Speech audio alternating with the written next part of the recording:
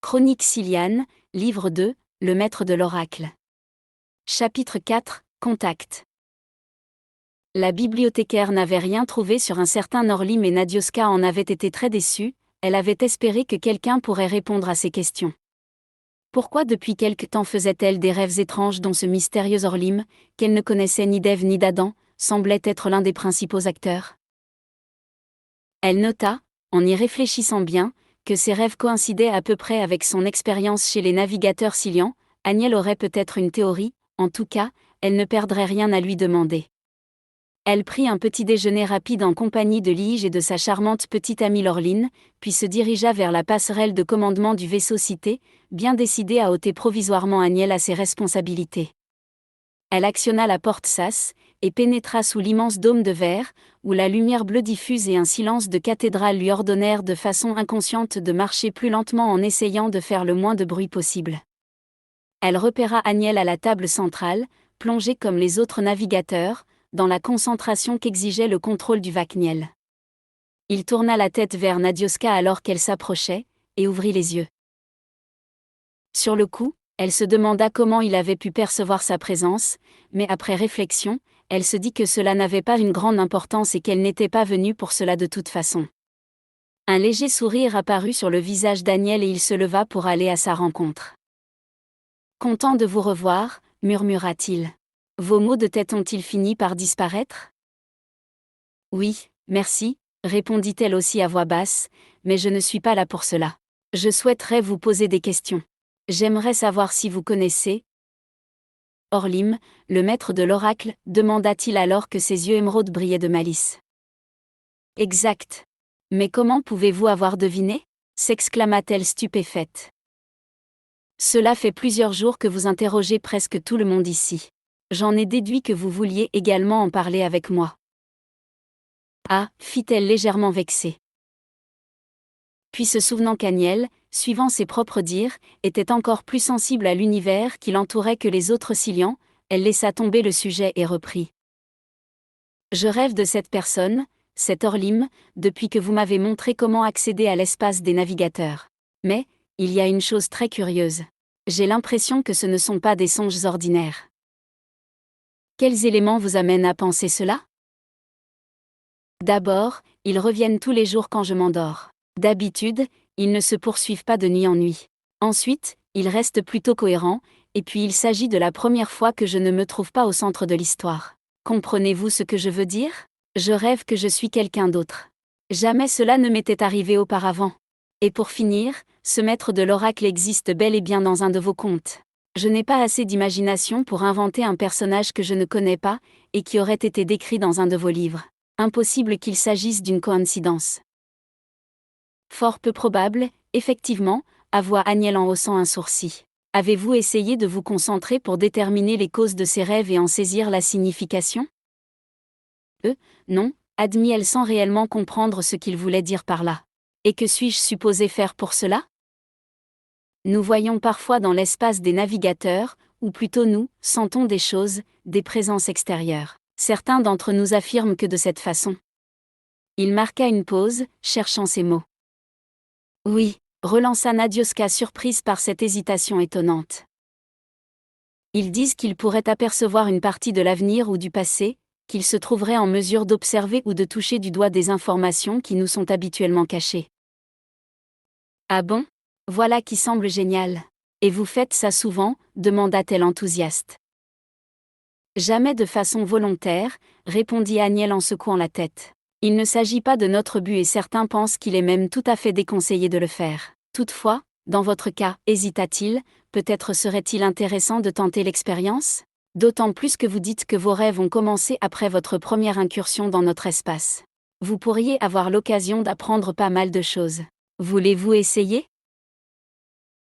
Pourquoi pas ? Contrairement aux Silians, je préfère les réponses aux questions, affirma-t-elle. Mais cela va-t-il provoquer chez moi de nouveaux maux de tête à répétition ? Je viens tout juste de m'en débarrasser. J'en ai bien peur, mais ils seront probablement moins importants que la première fois, déclara Agnelle. C'est déjà ça, soupira-t-elle. Que dois-je faire alors ? Je vais de nouveau être votre guide. Il la conduisit vers une petite table un peu éloignée de celle des autres navigateurs. Ceux-ci semblaient plongés dans une profonde concentration, et paraissaient ignorer ce qui les entourait. Aniel s'assit sur un des sièges, invitant Nadioska à faire de même. Souvenez-vous de votre première expérience, commença-t-il. Tentez de retrouver ces sensations. Il posa ses mains à plat sur le meuble luminescent, et Nadioska l'imita aussitôt. Elle ferma les yeux et se remémora les différentes étapes qu'elle avait traversées pour accéder à l'espace particulier des navigateurs. Elle fit le vide dans sa tête et essaya d'éliminer toute pensée perturbatrice. Le silence qui régnait sous le dôme translucide aidait grandement à la concentration et cette fois, il ne lui fallut que peu de temps avant de percevoir quelque chose.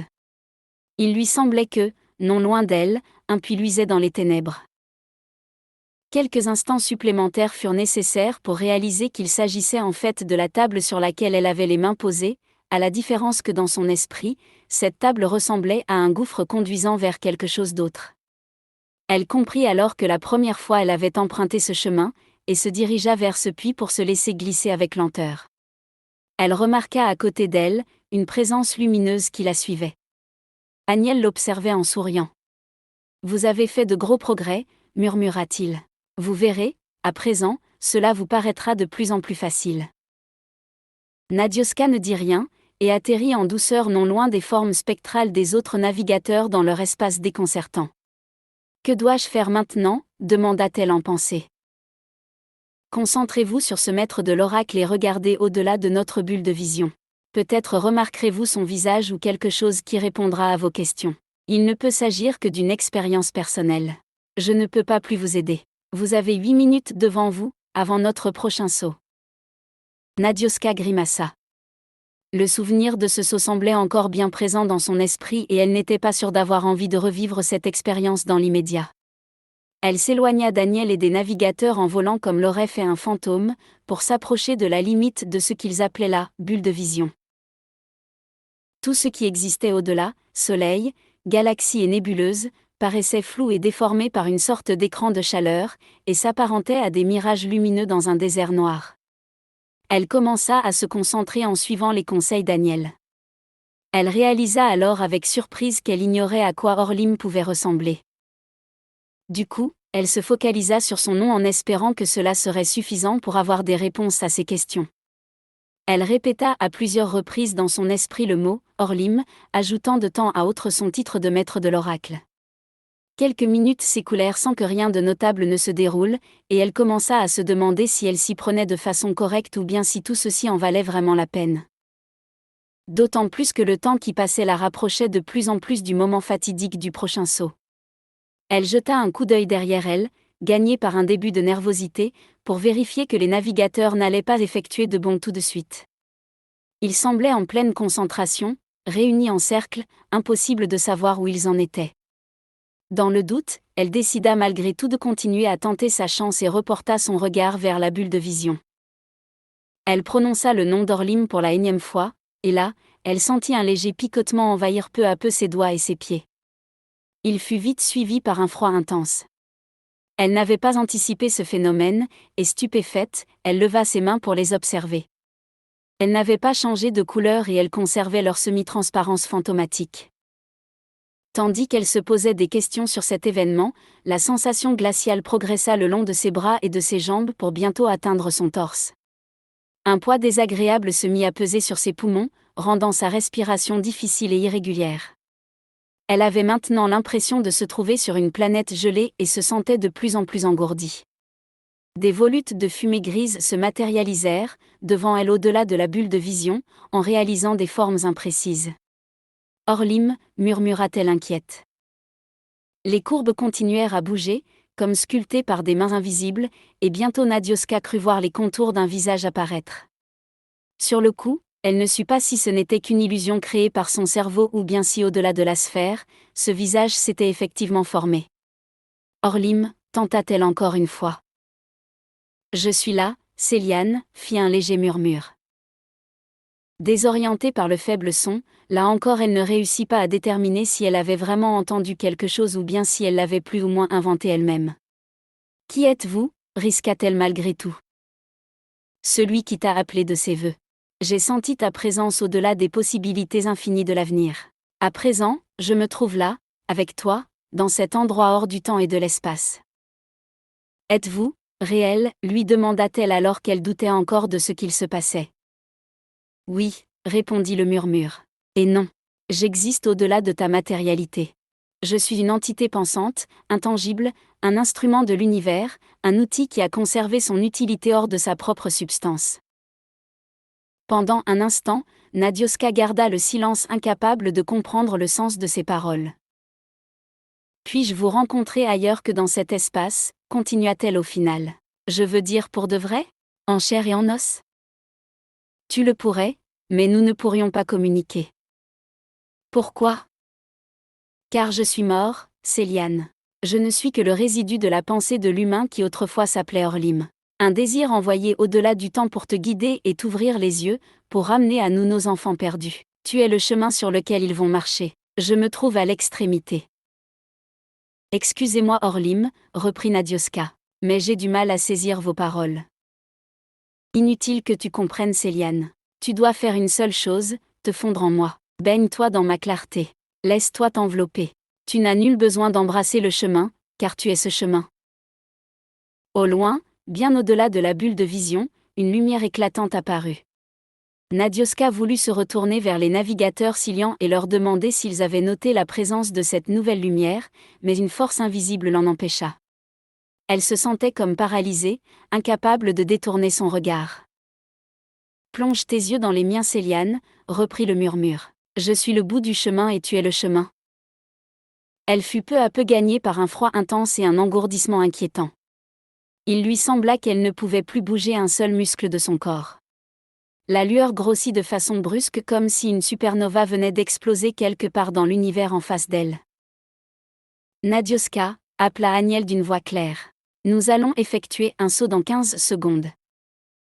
Mais elle était toujours paralysée, incapable d'émettre la moindre pensée ni de détourner le regard. Ses poumons se figèrent. La peur diffuse qu'elle ressentait quelques secondes plus tôt se transforma en une panique irraisonnée, elle ne pouvait plus respirer. Au loin, dans le noir de l'espace, la luminosité grossissait encore et finit bientôt par remplir tout son champ de vision. Nadioska, demanda Aniel. M'entendez-vous? Son regard fixait sans le vouloir le centre de l'éclat intense. Elle sentit son cœur s'arrêter de battre au moment où la clarté l'enveloppait en entier. Des images défilèrent à toute vitesse devant ses yeux, tandis qu'une série de bruits variés et assourdissants explosait en une immense cacophonie. Nous effectuons le saut, annonça calmement Aniel. Nadioska ne comprenait pas.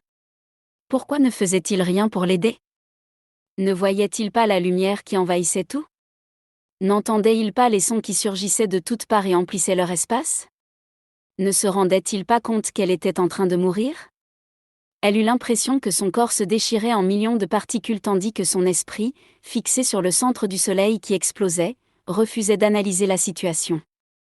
Elle sentit un raz-de-marée d'émotions intenses provenir des navigateurs, alors que des bribes de phrases lui parvenaient en vrac. Le contrôle. Pourquoi? Plus de contrôle. Point de saut perdu. Où? Reprendre le contrôle. Perdu. Trop tard. Elle-même se sentit envahir par une panique incontrôlée. Non, hurla-t-elle en pensée. Tout arrêter. Et elle eut l'impression que le temps ne s'écoulait plus, qu'il n'existait même plus. Céliane. N'aie pas peur, je suis là, lui souffla Orlim. Aider, cria-t-elle. Partir. C'est fini, murmura-t-il. Tu es arrivé. Et soudain tout sembla reprendre son cours naturel.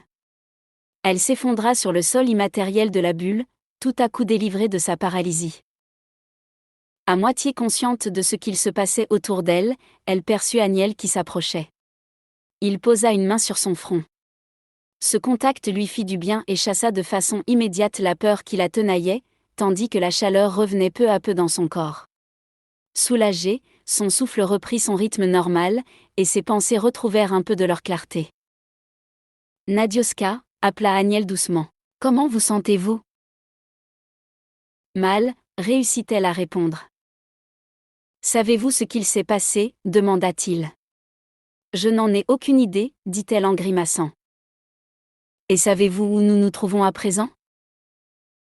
Que voulez-vous dire? Comment ça? S'exclama-t-elle en rouvrant aussitôt les yeux. Elle vit alors très proche, une lune au sol gris poussiéreux qui emplissait presque la totalité du paysage irréel.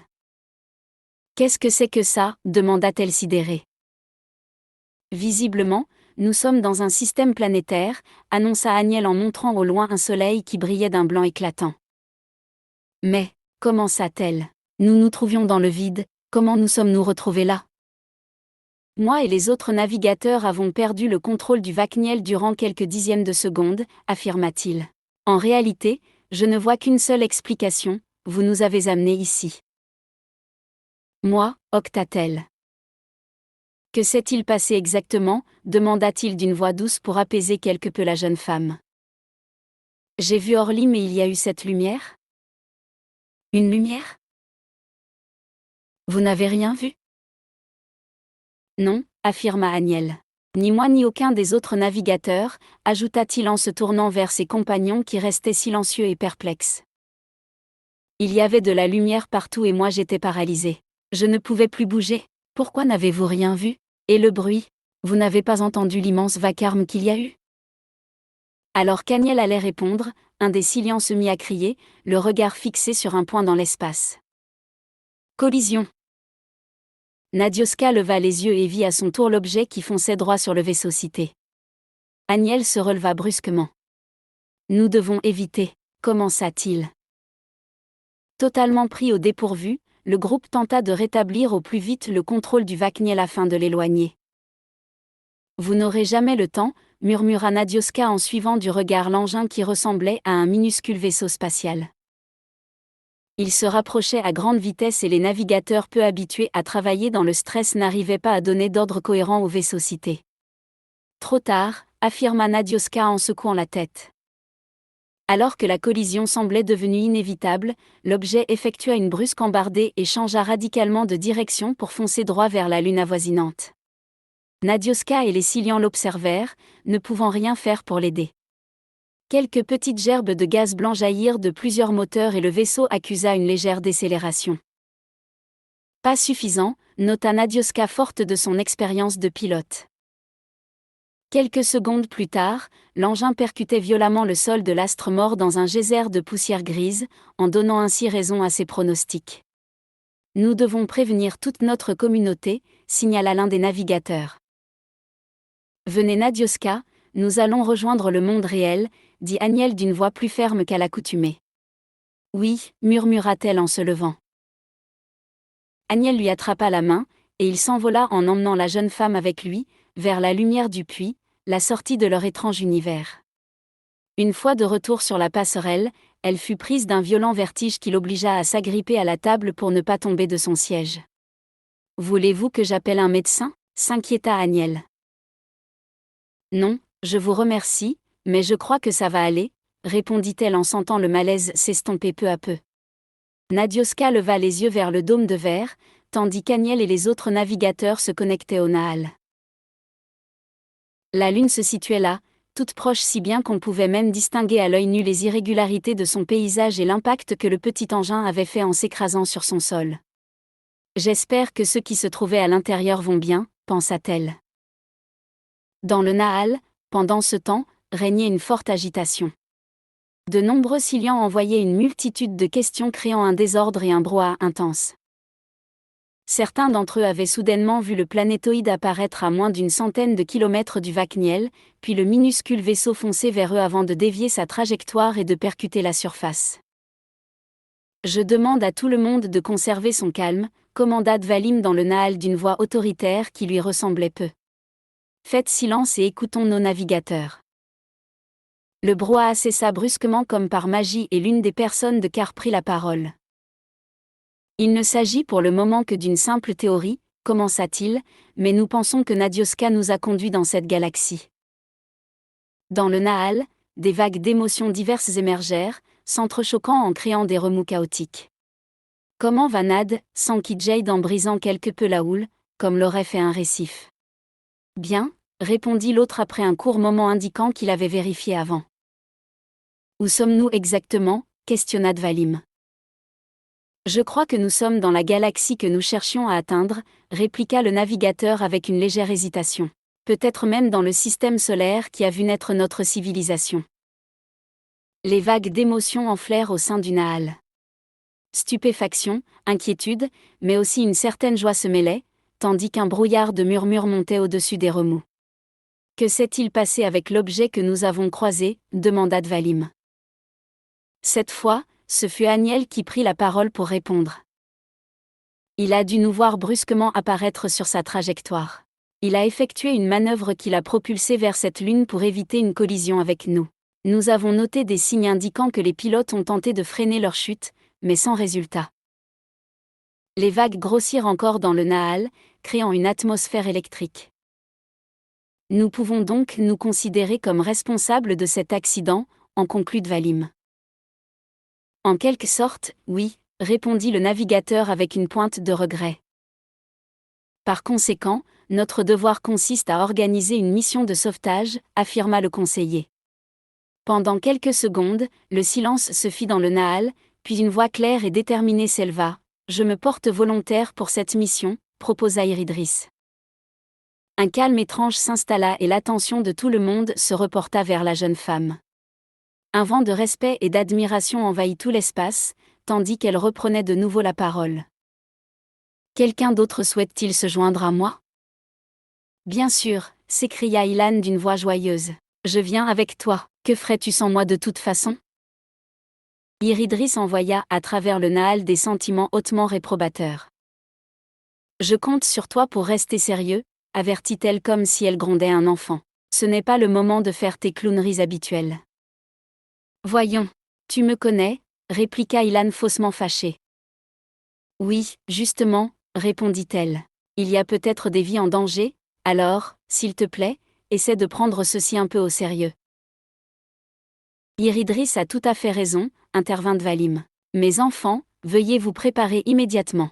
Nous avons déjà perdu beaucoup de temps, espérons même qu'il ne soit pas trop tard. » Sous le dôme de verre, Nadioska, qui ignorait les débats en cours dans le Nahal, gardait les yeux fixés sur cette lune toute proche, en se demandant pourquoi ils avaient atterri là.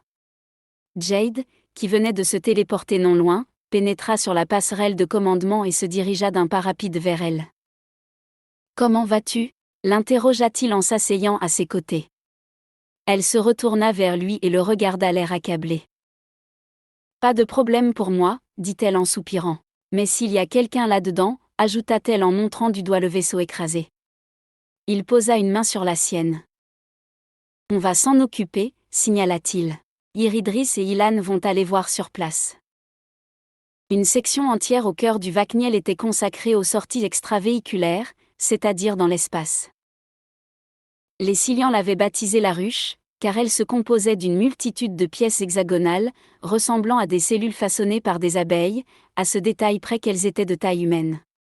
Dans chacune d'elles, 10 combinaisons argentées pourvues de tout le nécessaire de survie étaient en permanence entretenues et contrôlées afin de garantir une sécurité maximale aux Silians travaillant à l'extérieur du Vakniel. Ilan et Iridris s'y étaient transportés et aidés par 2 de leurs compatriotes, ils enfilèrent chacun une de ces combinaisons. Ils fixèrent leurs casques, effectuèrent une dernière vérification, puis ils se téléportèrent de nouveau, mais cette fois au-dessus de la coque du Vakniel. La lune toute proche remplit aussitôt la presque totalité de leur champ de vision et Iridris s'empressa de balayer du regard la surface à la recherche du point d'impact. « Vois-tu l'endroit où il s'est écrasé » demanda-t-elle à Ilan. « Oui » répondit-il après un moment de recherche. « Il est là » signala-t-il en pointant un doigt vers le lieu de l'accident.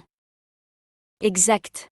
Nous avons la zone du crash en visuel » annonça-t-elle à tous ceux qui étaient connectés au Nahal et qui les suivaient avec attention. « Nous pouvons nous y rendre directement. » Ceci dit, elle disparut aussitôt de la vision d'Ilan pour réapparaître sur le sol lunaire non loin du vaisseau. Le jeune homme se téléporta à son tour et atterrit à proximité d'elle. L'engin possédait une vague forme oblongue et ne mesurait pas plus de 4 mètres de long.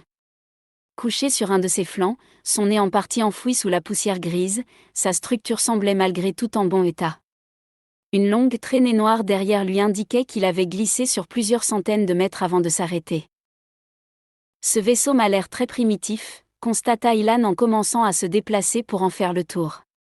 Il contourna l'engin en réalisant des petits bonds à cause de la très faible pesanteur. Il est fait de plaques de métal boulonnées sur une structure en acier, signala-t-il au Silian connecté. Je me demande comment ces gens peuvent voler dans le vide spatial avec cette chose. Il s'agit d'un véritable miracle. Arrivé près des moteurs, il posa une main sur la coque et effectua un rapide sondage. C'est un système de propulsion à base d'hydrogène, affirma-t-il. Ils ne peuvent pas exécuter de sauts et possèdent très peu d'autonomie. Leur planète doit donc se situer proche d'ici, forcément dans ce système solaire. Dvalim, qui suivait de près l'évolution de l'escouade de secours, réagit aussitôt à ce nouvel élément. Il serait bon que quelques pilotes prennent des chasseurs pour partir en reconnaissance, proposa-t-il. Nous ne voyons rien de là où nous sommes. Leur base doit se trouver de l'autre côté de cette lune. Plusieurs Silians se portèrent volontaires et gagnèrent leurs engins sur le champ, tandis qu'Ilan et Iridris continuaient leur inspection. La jeune femme qui effectuait elle aussi un tour, mais dans le sens inverse de celui de son ami, repéra 4 ronds de verre, perchés sur le haut du nez du vaisseau. Des hublots, signala-t-elle. Je vais jeter un coup d'œil. En tout cas, s'il y a des vitres, alors il y a quelqu'un à l'intérieur. Elle prit un peu d'élan et exécuta un saut qui la propulsa à plusieurs mètres de hauteur. Puis, elle s'accrocha aux aspérités de la coque pour éviter de redescendre, avant de s'approcher lentement des ouvertures qu'elle avait notées en utilisant les diverses irrégularités que lui offrait la structure de l'engin.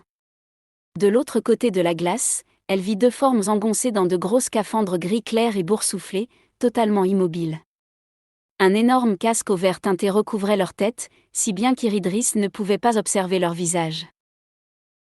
Ils sont 2 et ressemblent à des humains bien que leur combinaison fausse leurs véritables proportions, affirma-t-elle. Je vais les scanner. Elle posa une main sur la vitre et sonda mentalement l'espace devant elle. Je confirme que leur anatomie semble identique à la nôtre, expliqua-t-elle. Et leur cœur bat. Ils paraissent inconscients, probablement blessés, mais vivants. L'annonce d'Iridris fit ressurgir de nombreux remous dans le Nahal. Une vague d'interrogations grossit, alimentée par diverses émotions. Des êtres humains, comme nous. Dans notre galaxie d'origine. Nos ancêtres ? On ne peut rien affirmer. Le vaisseau semble très primitif. Étrange. Nos ancêtres ? Une technologie primitive ? Parmi les interrogations diffuses, une voix s'éleva au-dessus des autres. Si ces humains sont blessés, nous devons les ramener à bord pour les soigner, affirma Natak, le médecin qui s'était occupé de Nadioska à plusieurs reprises.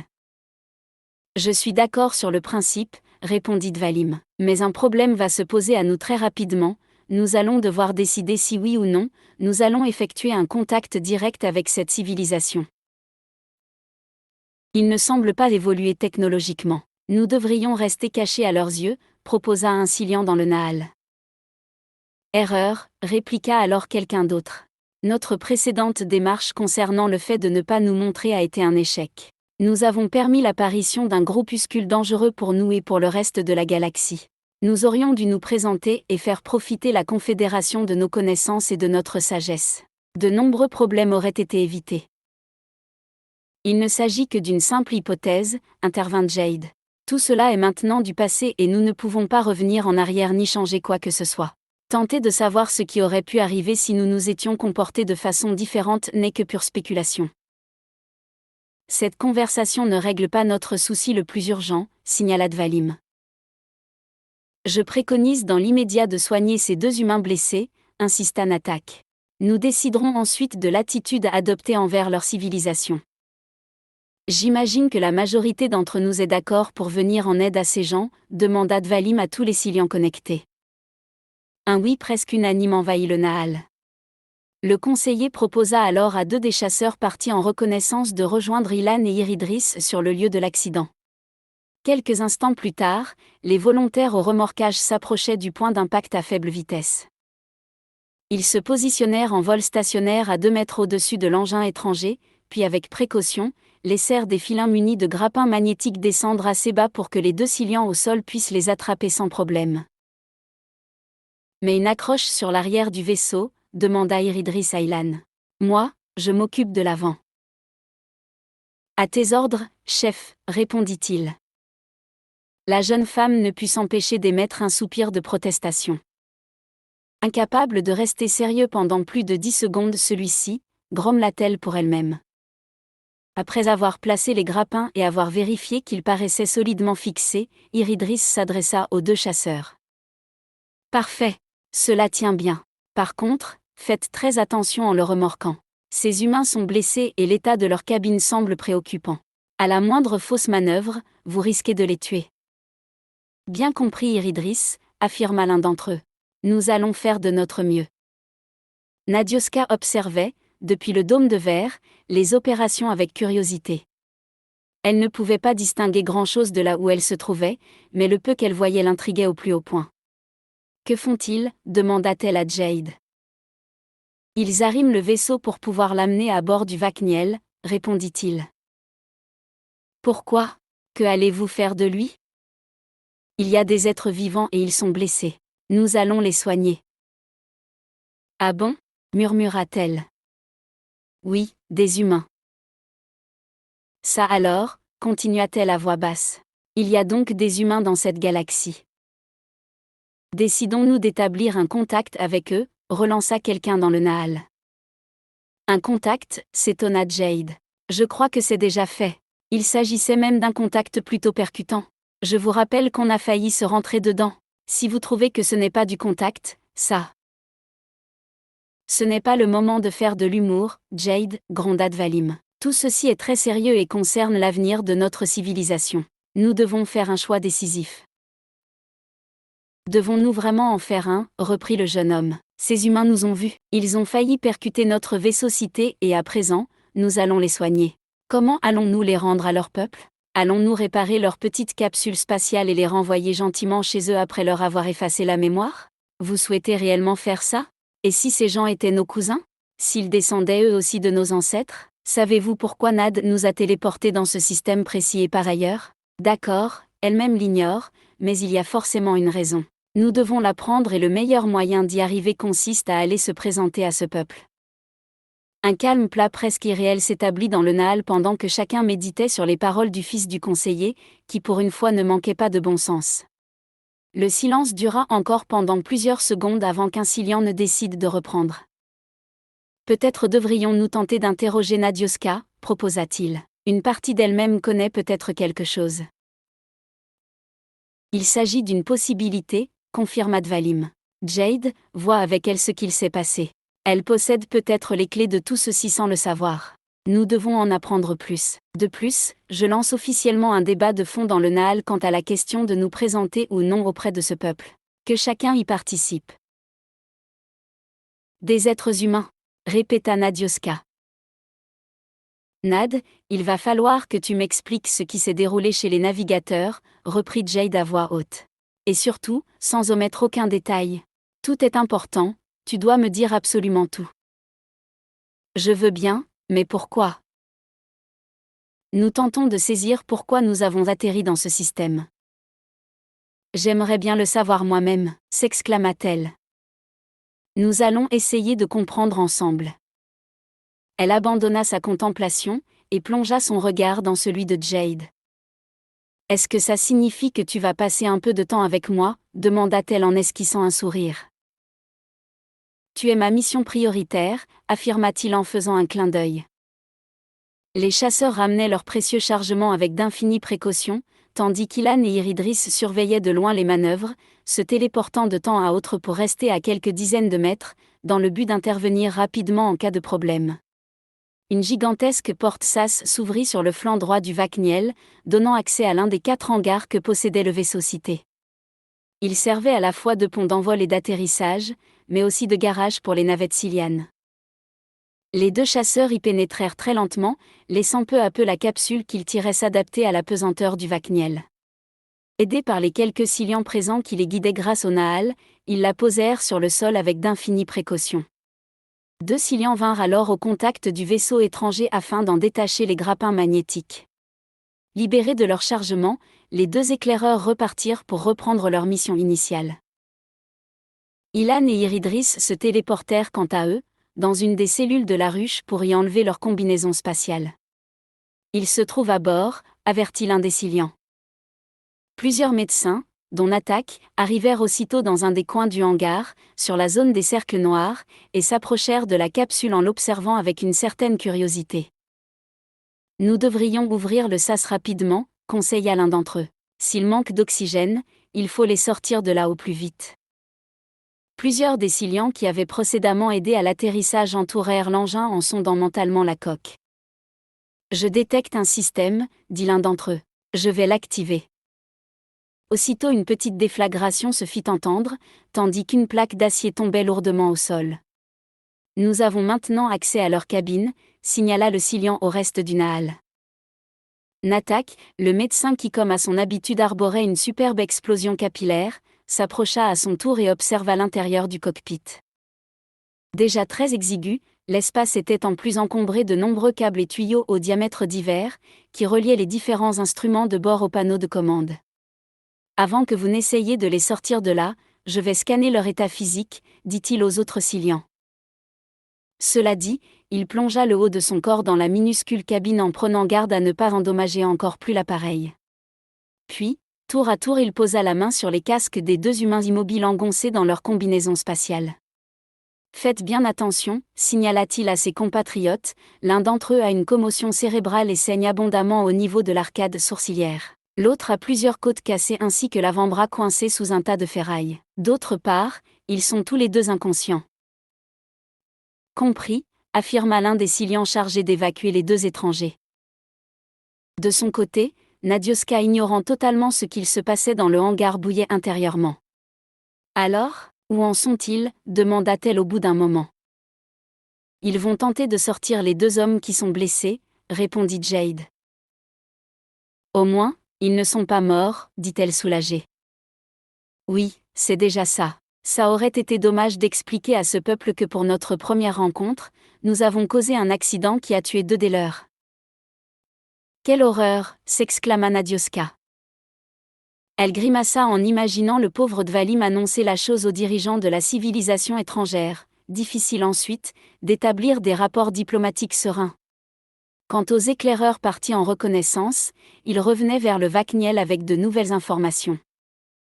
Nous avons repéré leur planète, signala l'un d'entre eux. Il s'agit d'un type H+, parfait pour le développement de la vie. Ont-ils colonisé plusieurs endroits dans ce système demanda Dvalim. Non monsieur, affirma le pilote. Nous en avons fait le tour et nous n'avons trouvé aucune autre trace d'installation. Il n'existe ici qu'une géante gazeuse, 2 petites lunes sans atmosphère, et la tellurique habitable. Ils n'en sont qu'au début de leur conquête spatiale, conclut Dvalim. Un gouffre sépare notre niveau technologique du leur. Ces gens ne peuvent pas être les descendants de nos prédécesseurs. Effectivement, affirma Ilan qui était de retour dans le hangar et observait de loin l'extraction délicate des 2 humains. Leur vaisseau, enfin si on peut l'appeler comme ça, semble bien trop primitif. À moins que la partie de notre civilisation restée dans cette galaxie ait grandement régressé, il ne s'agit pas de nos ancêtres. Nous en revenons donc à notre question principale, pourquoi avons-nous atterri ici, reprit Dvalim. Jade, tu dois tenter d'interroger Nad. Je sais, coupa Jade. Tu m'as déjà dit cela il y a 2 minutes, laisse-la récupérer un peu. Jade, pour une fois, essaie de comprendre que cette affaire est importante, répliqua Dvalim en montant le ton. Si elle ne peut apporter d'elle-même suffisamment de détails pour que nous arrivions à saisir ce qu'il s'est passé, alors nous devrons la sonder. Quoi s'exclama Jade outré. Hors de question. Demande-lui son accord au préalable, mais fais-lui comprendre que nous avons besoin de ces informations. Jade se renfrogna bien qu'il comprenait tout à fait les nécessités d'obtenir des renseignements. Je n'aime pas ça. Nous devons la considérer comme n'importe quel membre de notre civilisation, répliqua-t-il au bout d'un moment. Il ne s'agit pas de cela, Jade, affirma Dvalim. Nous la respectons, mais avant de décider si oui ou non nous effectuons un contact direct avec cette civilisation inconnue, nous devons en savoir plus. Nous emmenons les deux blessés dans la section soins. Kupan attaque alors qu'il suivait le petit convoi qui conduisait les étrangers à l'une des infirmeries du Vakniel. Jade, reprit Dvalim après un moment. Je suis là, soupira le jeune homme. Parle-lui, demanda Dvalim sur un ton plus doux. D'accord, je vais lui parler, répondit son fils résigné. Qu'est-ce qu'il y a? S'enquit Nadioska voyant que Jade semblait perturbée. Il faut que tu me dises sans attendre, absolument tout ce qu'il s'est passé au moment du saut. Si tu n'y arrives pas, eh bien? Eh bien? Nous devrons peut-être sonder ton esprit, dit-il en dissimulant mal une grimace de dégoût. Ah bon, et c'est douloureux, demanda-t-elle inquiète. Jade sourit légèrement. Non, mais il s'agit d'une méthode que nous n'aimons pas employer sur les nôtres. Pourquoi? C'est considéré comme une intrusion trop intime, un manque de respect. Nous ne l'utilisons que chez nos ennemis ou les personnes pour lesquelles nous avons peu d'estime. Vois-tu, en faisant cela, nous avons accès à toutes les pensées et la mémoire complète de ces personnes. Sans distinction. Nous savons tout.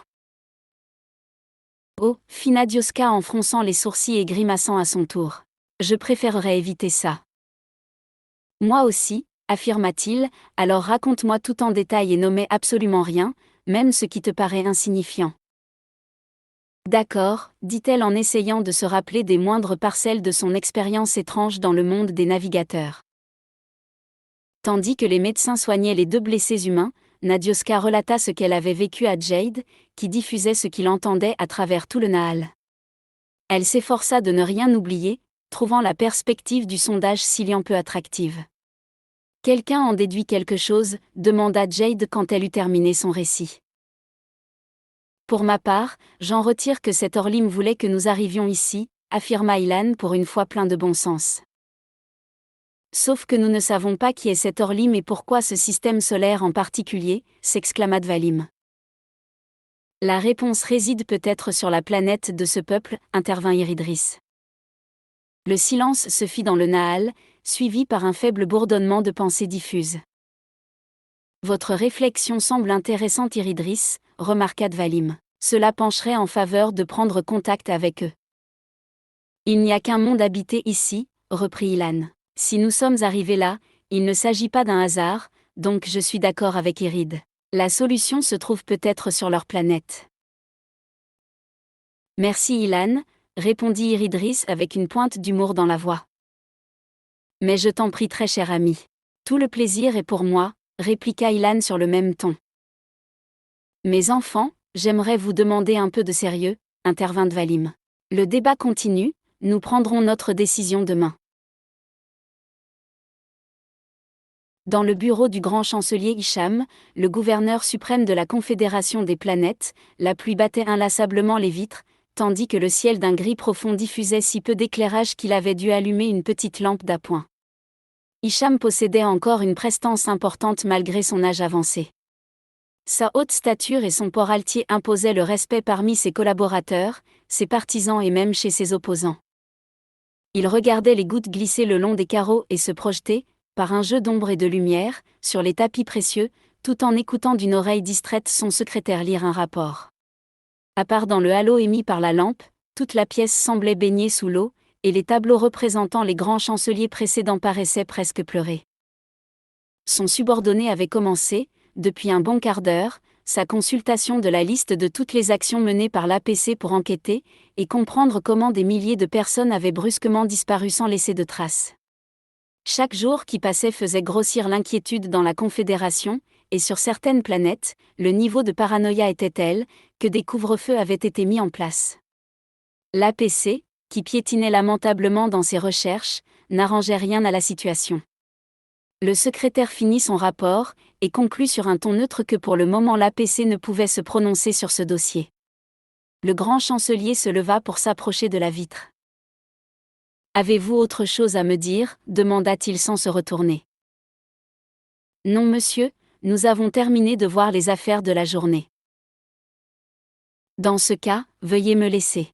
Mais avant de partir, faites entrer l'homme qui a sollicité un entretien avec moi. Comment s'appelle-t-il déjà ? Son nom est Netiasop, répondit le secrétaire après avoir jeté un coup d'œil sur l'emploi du temps du chancelier. D'après une enquête de l'APC, il vient d'une ancienne famille, possède une grande fortune et de nombreuses relations. Il n'a jamais eu affaire à la justice. Faites-le entrer. Oui, monsieur. Il se leva et se dirigea vers la porte tandis qu'Hicham revenait vers son bureau. Quelques instants plus tard, 2 gardes laissaient pénétrer un homme dans la pièce. Il devait avoir environ 60 ans, un très léger embonpoint, les cheveux blancs coupés courts, et était habillé avec élégance. Il avait le port d'une famille noble et ancienne de la Confédération. Ses yeux d'un gris pâle possédaient une étrange intensité, et le grand chancelier se dit que ce Nethias Hope devait avoir un caractère bien trempé. Tandis que les 2 gardes se plaçaient de part et d'autre de la porte comme cela se faisait toujours lorsqu'un visiteur extérieur au gouvernement était admis dans cette pièce, Hicham indiqua un siège à son hôte et l'invita à s'y asseoir. « Eh bien, monsieur Hope, que puis-je faire pour vous » commença-t-il. « Rien, mais moi, je peux vous fournir des informations, en tête-à-tête, ajouta Nethias en jetant un coup d'œil derrière lui. Hicham le fixa pendant de longues secondes comme pour essayer de savoir quelles pouvaient bien être ses intentions. « J'ai déjà été fouillé et scanné 5 fois, reprit Nethias pour faire pencher la balance de son côté. En plus de cela, je ne suis plus de la première jeunesse, je ne vois donc pas ce que vous pourriez craindre de ma part. Franchement, monsieur le chancelier, me croyez-vous capable de vous sauter à la gorge pour vous étrangler ?» Hicham ne put contenir un léger sourire et après une dernière évaluation du danger potentiel de son visiteur, il fit signe aux gardes de quitter les lieux.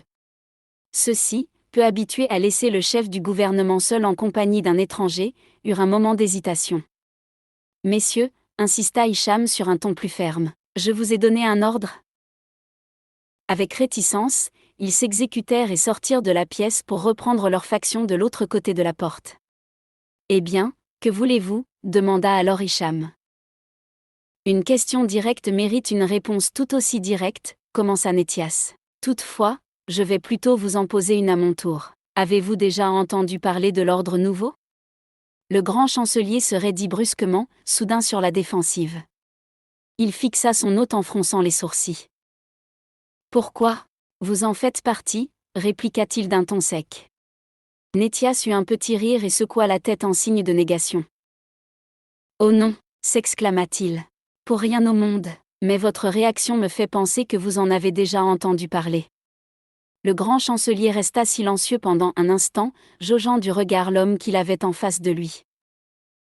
De nombreuses rumeurs couraient sur cet ordre nouveau et même si Hicham n'avait jamais eu directement affaire à eux, certains disaient que c'était cette organisation qui avait enlevé des milliers de gens. Par contre, on ne savait ni pourquoi ni comment. « Possédez-vous des informations sur ces disparitions » demanda-t-il à brûle-pourpoint. Déstabilisé par cette question qu'il n'attendait pas, ce fut au tour de Nethias de garder le silence.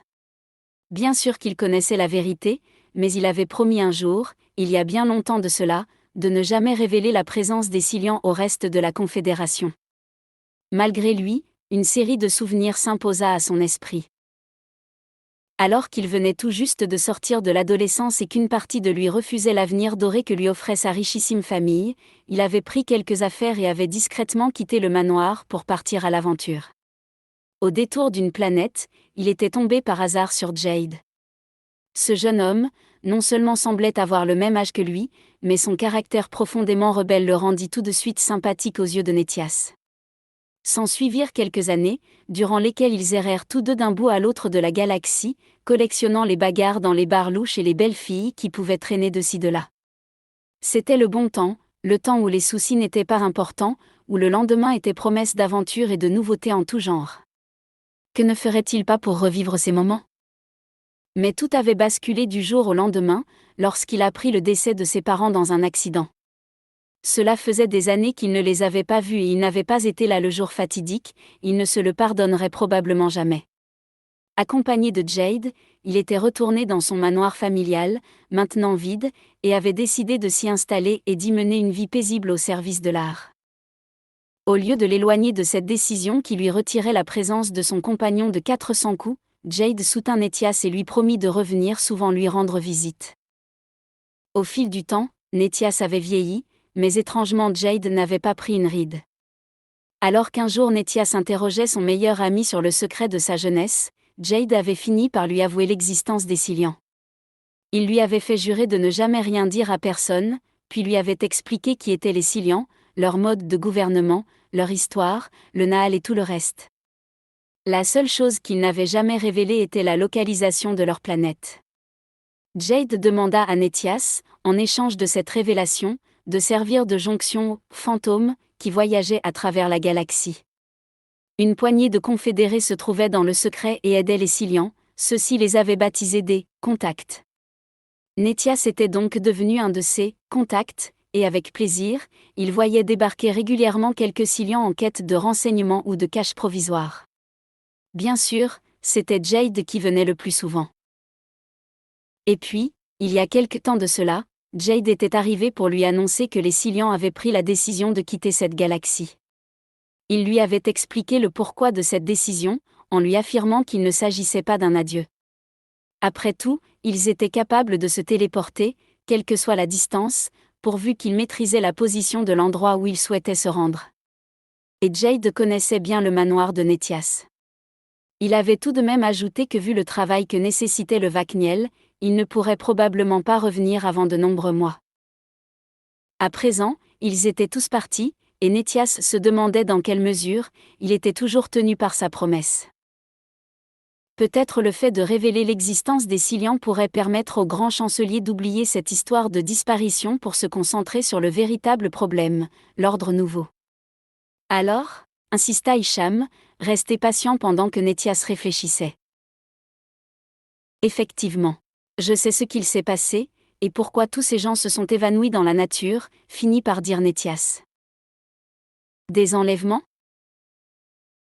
Non, répondit-il en secouant légèrement la tête. L'ordre nouveau se trouve derrière tout cela ? De manière indirecte, oui, hésita Nethias. Les disparus n'appartenaient pas à notre civilisation.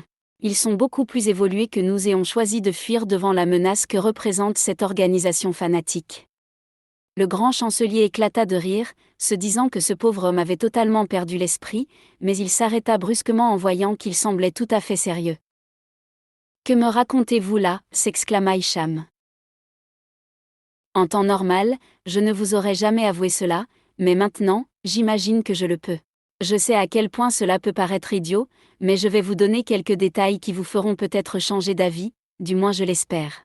L'ordre nouveau constitue une grave menace pour notre galaxie. Vous l'ignorez probablement, mais ils se sont introduits dans beaucoup d'organisations gouvernementales. Il est important que vous me croyiez, car les informations que je possède, je les ai obtenues de ce peuple étranger à notre confédération et ils avaient totalement mesuré l'ampleur du danger. Ils ont des espions partout. Il fit un signe du menton vers la porte. Je suis même sûr qu'ils ont déjà pénétré ce palais, termina-t-il. Impossible. Mes gardes sont triés sur le volet, protesta Hicham. Par qui ? Par une section spécifique de l'APC. L'APC, une des organisations les plus infiltrées, affirma Nethias en pesant chacun de ses mots. Et qu'est-ce que cela a à voir avec votre civilisation exotique qui a filé d'ici ? Demanda Hicham ironiquement. Malgré le fait qu'il soit plus avancé que nous, il ne possède aucune arme et ne se trouvait donc pas en mesure de se défendre contre l'ordre nouveau. Ils ont préféré partir, plutôt que de faire face à leur propre extinction. Mais avant, ils m'ont contacté et m'ont fourni de précieux renseignements. Il est indispensable que vous m'écoutiez et que vous me croyiez. La situation est plus grave que vous ne l'imaginez. Parce que vous pensez que je prends tout ceci à la légère ? Se vexa Hicham. Peut-être, admit Nethias. Qu'avez-vous fait pour contrer l'ordre ? J'ai dépêché mes meilleurs agents de l'APC. Encore l'APC ? N'ayez pas confiance en eux, insista Nethias. Ah oui, et en qui alors ? En vous, peut-être. Oh surtout, ne me croyez pas sur parole, répliqua Nethias avec un léger sourire. Réunissez les individus possédant une loyauté sans faille envers notre République, et demandez-leur de vérifier les informations que je vais vous fournir. Ensuite, vous prendrez votre décision. Nethias conserva le silence pendant quelques instants et plongea ses yeux dans ceux du grand chancelier. Il continua en baissant le ton et en articulant chaque mot, je vous le répète, Convoquez les personnes en qui vous avez le plus confiance. Qu'ils enquêtent sur un certain Elibaume Lasdad de la planète en Oralk. Cette planète est protégée par une section de l'APC entièrement dévouée à l'ordre nouveau. Renseignez-vous également sur le culte de la déesse Mijalk et sur leur méthode de conversion. Quel rapport entre ce culte et l'ordre nouveau ? Demanda Hicham en haussant les sourcils. Absolument tout. L'ordre l'utilise pour faire grossir le rang de leurs adeptes. Il s'agit d'une façade qui fanatise les membres. D'après les Silians. Les Silians ? Oui, ce peuple extérieur à notre confédération, expliqua Nétias. Et bien d'après eux, l'ordre implanterait dans leurs fidèles une sorte de marqueur, peut-être quelque chose qui leur permette de les contrôler mentalement. Les Silians n'ont pas pu en apprendre plus, l'ordre a repéré leur planète mère et les a attaqués. Ils ont dû s'enfuir pour échapper à leur extermination. Et où se trouve-t-il à présent ? Demanda Hicham dont la curiosité avait été piquée malgré une pointe de scepticisme. Dans un immense vaisseau, un vaisseau cité qui navigue actuellement vers une autre galaxie, répondit Nétias avec tristesse. Quoi ? S'exclama Hicham. Vous voulez dire que ces gens, ces Silians, ont la technologie nécessaire pour effectuer cela ? Ils sont évolués à ce point ? Disons qu'ils possèdent surtout la personne qui devrait permettre d'y arriver, répliqua Nétias en conservant un certain mystère. Mais je ne peux pas vous en dire plus sur ce sujet. De toute façon, je n'ai reçu aucune nouvelle d'eux depuis qu'ils sont partis. Et leur planète ? Qu'est-elle devenue ? Demanda Hicham, curieux d'en apprendre plus. D'après ce que je sais, tombée aux mains de l'ordre, soupira Nétias. Dans quel système se trouve-t-elle ? Je n'en ai aucune idée. Ils ne me l'ont jamais révélé et je ne les ai jamais questionnés sur le sujet non plus. Eh bien, vos amis semblaient avoir peu confiance en vous, nota Hicham avec une pointe d'ironie. Ils ont fait un choix et je le respecte, affirma Nétias. Mais je ne suis pas ici pour vous parler de cela. Je suis venu vous fournir toutes les informations que je possède sur l'ordre nouveau afin que vous puissiez prendre les décisions adéquates les concernant. Je pense qu'à moyen terme, ils vont essayer de s'emparer du contrôle total de la Confédération. Je suis sûr que vous serez d'accord avec moi, cela ne doit pas se produire. Vous dramatisez peut-être un peu trop, dit Hicham en haussant légèrement les épaules. Avant qu'ils ne puissent parvenir au pouvoir, nous avons le temps de réfléchir. Ah oui, et Caxido ? Et le conglomérat de Kerm ? Que pensez-vous de cela ? L'avez-vous vu venir ? S'énerva quelque peu Nétias. Vous voulez dire que l'attentat de Caxido a été perpétré par l'ordre nouveau ? Demanda le grand chancelier avec une pointe de scepticisme dans la voix. Tout à fait. Aucune enquête de l'APC n'en est arrivée à cette conclusion, affirma Hicham en faisant une moue désapprobatrice. Comme cela est étonnant, ironisa Nétias. Je vous l'ai expliqué, l'APC est très infiltrée. Et Kerm ? Pourquoi ce conglomérat ? Répliqua Hicham, légèrement vexé. Pour l'argent, prendre le contrôle des institutions les plus riches, c'est avoir à sa disposition des sommes colossales. Et par conséquent, dans notre société actuelle, un immense pouvoir, peut-être même plus de pouvoir que celui que vous avez, monsieur le grand chancelier. Hicham haussa un sourcil, mais n'effectua aucune remarque. Il se contenta de bouger un peu sur sa chaise, et de réfléchir tout en faisant tourner un stylo entre ses doigts. Bien, dit-il au bout d'un moment. Je vais étudier tout cela. Excusez-moi d'insister, monsieur, mais n'attendez pas. Le contexte est trop grave pour la laisser se dégrader davantage. Nétias, qui ne souhaitait pas quitter les lieux sans s'être assuré qu'Hicham comprenait le caractère sérieux de la situation, s'imposa encore pendant plus d'une heure.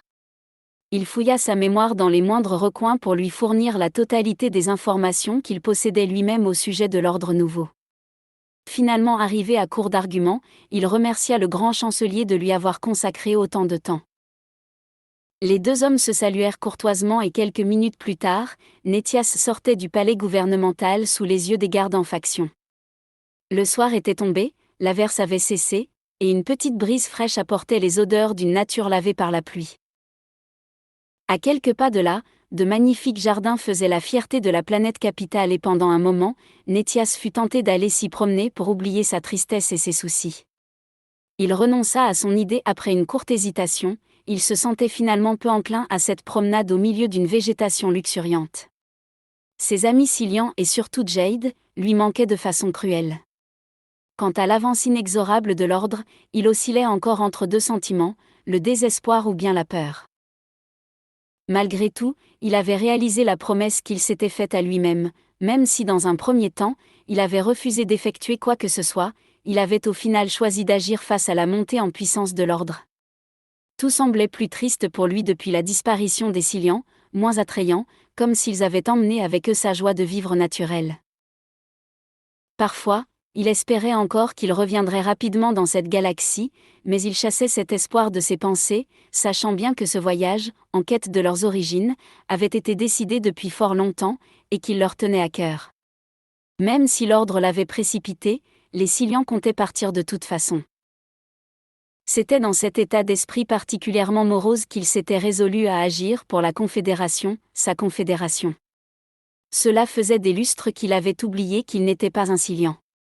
Il se contenta de héler un taxi pour retourner à l'astroport où son vaisseau personnel l'attendait. Il préférait rentrer directement, regagner son manoir et s'y enfermer, voilà ce qu'il souhaitait à présent le plus au monde.